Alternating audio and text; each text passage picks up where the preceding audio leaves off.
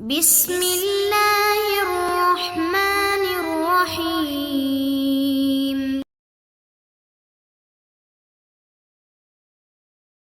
Babu ma jaa, bab riwayat yang datang fi shaumi yaumil arbi'a wal khamis, tentang puasa hari Rabu dan Kamis. Hadis 58.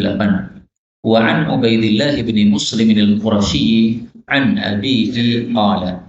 Sa'altu, aku bertanya, au qala, atau beliau mengatakan, su'ila, telah ditanya Rasulullah sallallahu alaihi wasallam an siyamid dahri, tentang puasa sepanjang tahun. Faqala, maka beliau mengatakan, inna, sesungguhnya, li ahlika, untuk istrimu, alaika, atasmu, haqqan, ada hak atau kewajiban.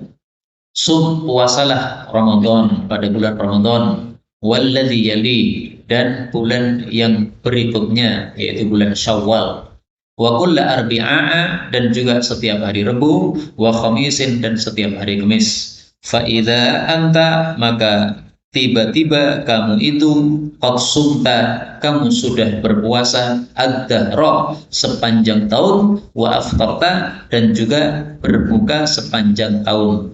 Hadis ini derajatnya dhaif, sehingga tidak bisa dijadikan sebagai hujjah. Karena itu para ulama belum saya temukan satupun yang mengatakan termasuk puasa sunnah adalah puasa hari Rabu. Saya belum temukan.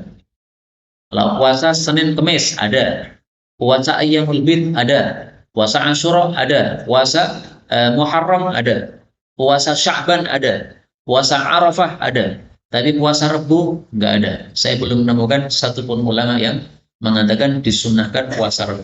Karena harinya hadisnya hadis yang dhaif.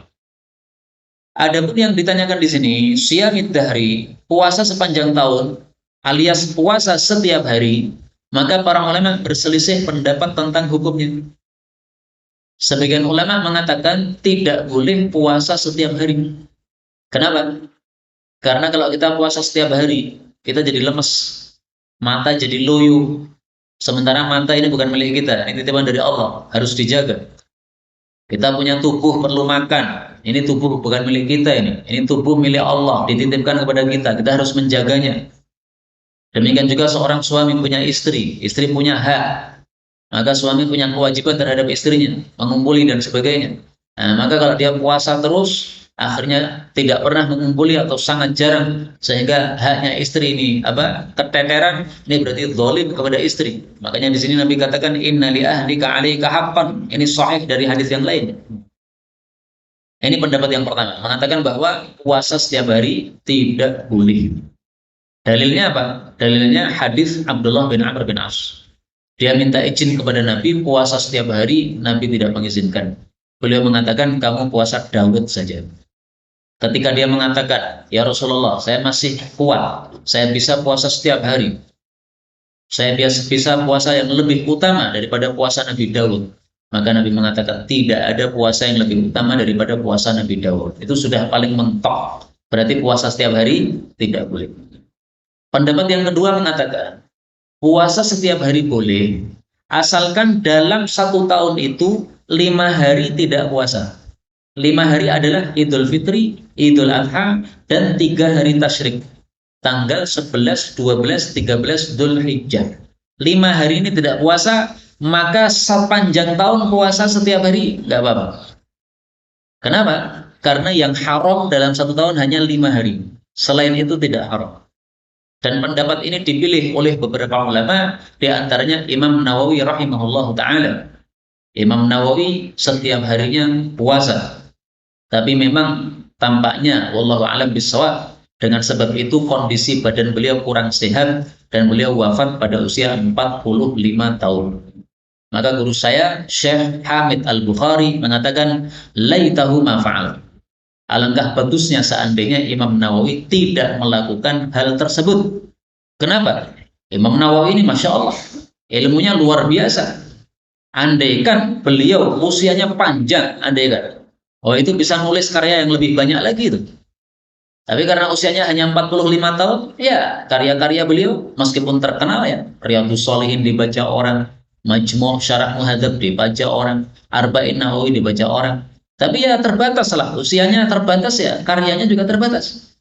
Maka beliau berkomentar, alangkah baiknya kalau nggak melakukan hal itu. Karena pertama, tidak sesuai sunnah Nabi SAW. Yang kedua, menyebabkan tubuhnya jadi kurang sehat. Wallahu a'lam bishawab. Bab berikutnya, bab maja'a, bab riwayat yang datang fi fadli tentang fadilah shaumi yaumi Arafah, puasa hari Arafah. 59. Wa an Abi Qatadah radhiyallahu anhu anna an-nabiyya sallallahu alaihi wasallam qala siyamu yaumi Arafah, puasa hari Arafah. Ini sesungguhnya aku ahtasibu, berharap Allah kepada Allah ayyukaffira, bahwa beliau mengampuni as-sanata, 1 tahun, allati qablah, yang sebelumnya, was-sanata, dan 1 tahun, allati ba'dah, yang setelahnya. Wa qad istahabba, dan sungguh, ini harokatnya salah ya. Wa qad istahabba, dan sungguh telah menyukai, mensunnahkan ahlul ilm, para ulama, siyama yaumi Arafah, puasa di hari Arafah, illa bi Arafah, kecuali wukuf di Arafah. Hadis ini mengandung 2 masalah. Masalah yang pertama, disunnahkannya puasa hari Arafah, tapi ini khusus bagi yang tidak wukuf di Arafah. Yang wukuf di Arafah lebih utama tidak puasa, meskipun boleh puasa di Arafah. Nanti akan dibahas pada bab setelahnya. Tapi lebih utama tidak puasa. Kemudian yang kedua, hadis ini menunjukkan fadilah hari Arafah. Hari Arafah adalah hari yang paling utama dalam 1 tahun. Karena itu wajar sekali kalau fadilah puasa padanya sangat besar. Dihapuskan dosa selama 2 tahun. Tahun sebelumnya sama tahun setelahnya. Sebelumnya maksudnya sebelum hari Arafah tersebut. Setelahnya maksudnya setelah hari Arafah tadi. Arafah itu tanggal berapa? 9 Dzulhijjah. Jadi 1 tahun sebelum 9 Dzulhijjah itu dosa-dosa diampuni. 1 tahun berikutnya setelah 9 Dzulhijjah itu diampuni dosa-dosanya oleh Allah Subhanahu wa taala. Muharram, Safar, Rabiul Awal, dan seterusnya. Hari Arafah lebih utama daripada hari Asyura. Sama-sama di situ ada puasanya, puasa Asyura sama puasa Arafah. Kenapa hari Arafah lebih utama daripada hari Asyura? Hari Asyura hanya menghapuskan dosa selama 1 tahun. Sebabnya adalah karena puasa hari Arafah adalah sunnah baginda Rasulullah sallallahu alaihi wasallam. Sementara puasa Asyura itu sunnah Nabi Musa alaihi salatu wassalam. Nabi Musa dengan Nabi Muhammad, lebih utama Nabi Muhammad sallallahu alaihi wasallam. Maka apa yang disunnahkan oleh Nabi Muhammad pahalanya lebih besar daripada apa yang disunnahkan oleh Nabi Musa alaihi salatu wassalam. Sebagian orang menganggap hari Arafah itu adalah hari ketika ada wukuf di Arafah. Ini definisi yang tidak benar.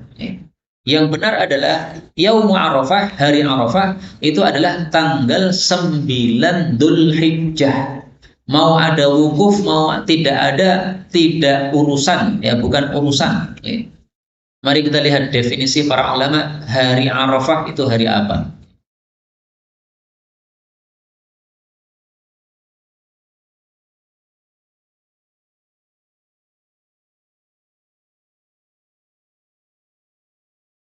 Nah, ini saya temukan di dalam kitab Mu'jam Lughatil Fuqaha, kamus bahasa para ulama.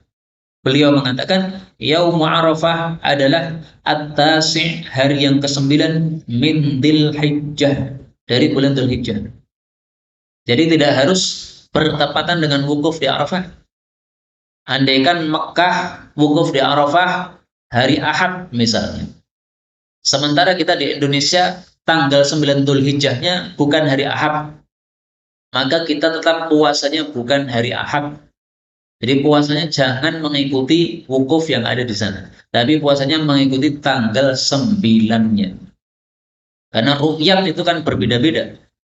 Ru'yat di Indonesia dengan ru'yat di Arab berbeda. Negara yang jauh, karena negara jauh masing-masing berlaku ru'yat negara masing-masing. Melihat hilalnya masing-masing berlaku untuk negara masing-masing.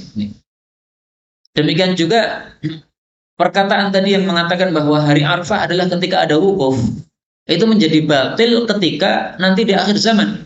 Di akhir zaman akan sempat ada kejadian di mana haji tidak ada. Kenapa haji tidak ada? Ya mungkin karena huru-hara, dajjal dan sebagainya.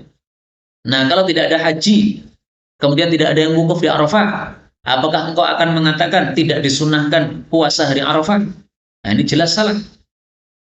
Tanggal 9 mau ada wukuf, mau tidak ada wukuf, tidak ada wukuf karena Covid atau tidak ada wukuf karena dajjal atau apapun, tetap puasa sunnah hari Arafah disunahkan, yaitu tanggal 9 Dzulhijjah.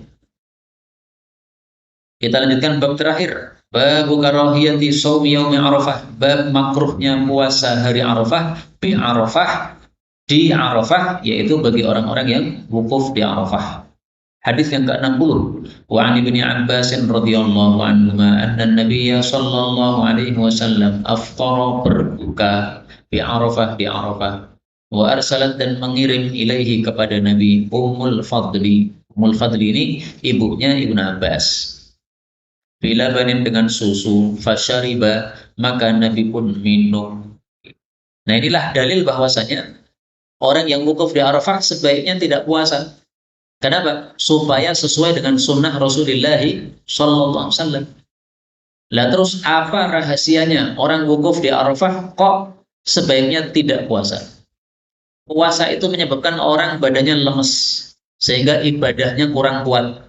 Sementara wukuf di Arafah itu dituntut untuk mendahsyatkan ibadah kepada Allah. Baca Quran, doa, sholat sunnah, zikir. Nah, kalau puasa biasanya ngantuk kan, lemes, akhirnya tidak banyak zikir, tidak banyak baca Quran, tidak banyak sholat. Tapi kalau seseorang makan minum, ya ketika ngantuk dia ambil kopinya, minum kopi, kemudian lanjutkan lagi doa, lanjutkan zikir, lanjutkan baca Quran. Ini wukufnya lebih sempurna. Karena itulah siapapun yang bukan ahli puasa boleh tidak puasa sunnah. Puasa hanya 30 hari Ramadan saja boleh, tapi hendaklah diganti dengan amal-amal yang lain. Ibnu Mas'ud termasuk sahabat Nabi yang bukan ahli puasa. Beliau mengatakan, "Inni la uksiru shaum li'annahu yut'ifuni an tilawatil Qur'an." Saya tidak memperbanyak puasa sunnah karena puasa sunnah menyebabkan saya lemas dari membaca Quran. Sementara membaca Quran lebih utama menurut Ibnu Mas'ud daripada berpuasa. Inilah yang dapat kita pelajari pada pertemuan kali ini. Benarnya dari Allah, kalaupun ada salahnya, fa astaghfirullahal azim li wa lakum.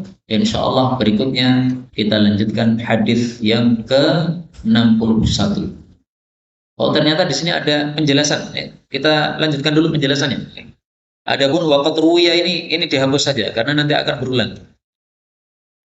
Beliau mengatakan wal amalu ala hadza 'inda aktsari ahli ilm. Pengamalan berdasarkan hadis ini menurut mayoritas ulama, yastahibbun al-iftar, mereka menyukai untuk berbuka di Arafah liyataqawwa bihi rajul, supaya seseorang itu kuat ala doa untuk beribadah. Waqad shama ba'du ahli ilm, dan sungguh telah puasa sebagian ulama yauma Arafah, di hari Arafah, di Arafah pula. Jadi artinya tidak sampai kepada haram, sehingga sebagian ulama tetap puasa di hari Arafah meskipun sedang wukuf. Kalau memang kuat tidak ada masalah. Bagi yang tidak kuat silahkan tidak puasa saja. Inilah yang dapat kita pelajari. Subhanakallahumma rabbana bihamdika asyhadu an la ilaha illa anta astaghfiruka wa atubu ilaik. Walhamdulillahi rabbil alamin.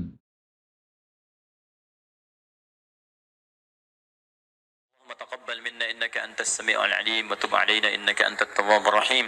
اللهم نحمدك حمدا شاكرين حمدا ناعمين حمدا يوافي نعمه يكافئ مزيدا. يا ربنا لك الحمد ولك الشكر كما ينبغي لجلال وجهك الكريم ولعظيم سلطانه. اللهم صل وسلم وبارك على رسولك الكريم نبينا محمد وعلى آله وصحبه أجمعين. اللهم اجعلنا من أهل القرآن waj'alil Qur'ana sahiban lana fid dunya wa syafi'an lana fil akhirah. Ya Allah, jadikan kami termasuk ahli Al-Qur'an. Jadikan Al-Qur'an sebagai sahabat kami di dunia, syafaat bagi kami di akhirat. Allahumma nawwir ya Allah qulubana binuril Qur'an. Ya Allah, sinari hati kami dengan cahaya Al-Qur'an. Wa nawwir akhlaqana binuril Qur'an. Ya Allah, sinari akhlak kami dengan cahaya Al-Qur'an. Allahumma nawwir hayatana binuril Qur'an, a'ilatana binuril Qur'an, quburana binuril Qur'an. Ya Allah, sinari kehidupan kami dengan cahaya Al-Qur'an. Sinari keluarga kami dengan cahaya Al-Qur'an. Sinari alam kubur kami kelak dengan cahaya Al-Qur'an. Allahumma ya arhamar rahimin, taqabbal minna jami' amalina salihah. Ya Allah, mohon terima seluruh amal kami, jadikan itu saleh dalam pandangan-Mu ya Rabbal Alamin. Rabbana yassir lana wa la tu'assir alaina. Ya Allah, mudahkan semua urusan kami, jangan berikan kesulitan pada kehidupan kami. La tad'alna fi maqamina hadza dhanban illa ghafartah. Jika ada pendosa hadir di ta'lim ini, jangan biarkan dia meninggalkan tempat ini ya Allah, kecuali Engkau telah ampuni segala dosanya. Wala hamman illa farajtah. Jika ada yang tengah gelisah, jangan biarkan dia meninggalkan majlis ini kecuali Engkau telah tenangkan keadaan hatinya. Allahumma wala maridan illa syafaitah. Jangan ada ya Allah orang sakit di tempat ini kecuali Engkau sembuhkan penyakitnya. Allahumma ya Allah, Allahumma ya Allah, Rabbana atina fid dunya hasanah wa fil akhirati hasanah wa qina adzaban nar. Bifadlika subhana rabbika rabbil izzati amma yasifun. والسلام على المرسلين وآخر دعوانا سبحانك اللهم وبحمدك أشهد أن لا إله إلا أنت نستغفرك ونتوب إليك والحمد لله رب العالمين ثم السلام عليكم ورحمة الله وبركاته.